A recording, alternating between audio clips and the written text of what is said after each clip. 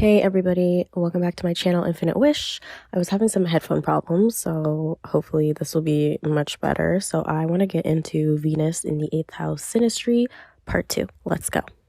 And don't mind my voice, I am getting over a cold at the moment. So hopefully you guys watched part 1 of Venus in the 8th house synastry, the initial meetup when the 8th house person and the planet person first meet up. That's what goes down in part 1. So let's get into part 2. So now when it comes to the planet person, okay, so the planet is entering somebody's 8th house, right? So the planet almost feels like almost an entitlement to the 8th house person in some type of way. So let's get into why I'm saying this and what the 8th house represents. Let's go over that one more time. So just looking here, the 8th house is about intimate unions, finances, transformation, sex, death, and other people's money. So there is some like almost entitlement that the planet person feels for the 8th house person. Like after having, those first little interactions and how they feel, the 8th person just feels that way, that feels that pull and just feels that way towards the house person. So when I'm saying this, I would say that the planet person feels some sort of entitlement when it comes to asking for a favor and almost wanting the house person to be receptive towards that. So this can even has to do with like some, not really directly with finances or directly, it's almost like indirectly that the planet person is feeling this entitlement to the 8th house person. So let's get into how the 8th house person feels.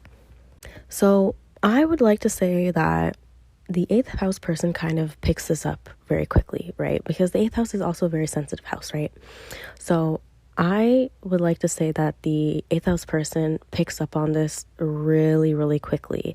Like, oh, okay, that's why you're coming to me. Oh, okay, I kind of get it now, type of vibe.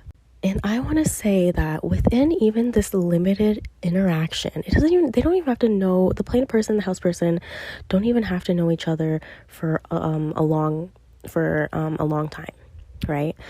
But the planet person just feels very, very close to the house person for some reason.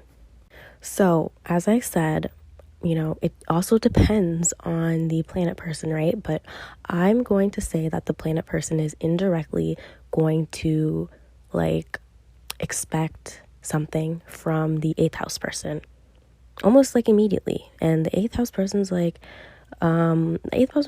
okay. And then the 8th house person's like, wait a minute. So so if you guys watched part 1, that's when they first meet. So this is like the next step of their interaction. So that's what I would say. So let's get into that a little bit deeper. So when the 8th house person, when the planet person feels almost like an entitlement to whatever it is towards the Venus person, the 8th house person may reject them and say, no, I'm not going to do that, or no, we're not doing that. I don't really know you, Venus person, planet person, so I don't think that's a good idea. And because the planet person feels such a pull towards the house person, this is where it can get very messy. And I almost want to say that the planet person almost shuts down in a way, and they almost like shut down in a way, and the house person can see that. So that's what I'm going to say about that. So let's get into that a little bit deeper. So I almost want to say that when the house person doesn't agree or doesn't want to go along with whatever the planet person expects of them, the house person almost wants to redirect that. Like, it's almost like there's a guilt there. And maybe the eighth house person doesn't really understand why they feel like this guilt. But I want to say the planet person immediately shuts down, doesn't even want to look in the house person's direction. So I'm going to say, like, almost, you guys, that's almost how the dynamic can play out. So, like, the planet person is expecting all these things from the eighth house person, and if they don't get it immediately, it's like almost the planet person wants to shut down, doesn't want anything to do with the house person all of a sudden. So basically, like, the emotions run so high with the planet person and the house person. So this is like my part 2 of it. Yeah, like the planet person just feels immediately super close, like almost like they know the house person, and like, oh, the house person will do this. And the house person's like, no, I don't know you. You're coming into my 8th house, right? And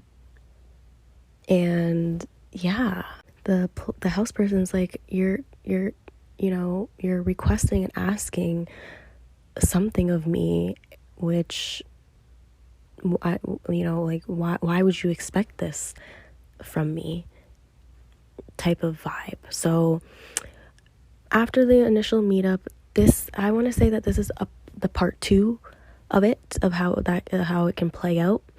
And so now we are in the Venus person shutting down.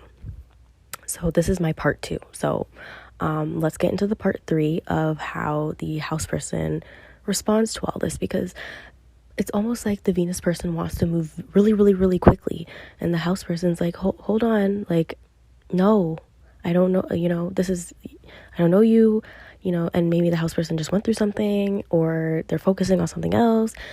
And because the Venus person wants to be all in, this is what can kind of happen. So let's get into the part 3 of almost how the house person views this whole situation and what happens after the fact.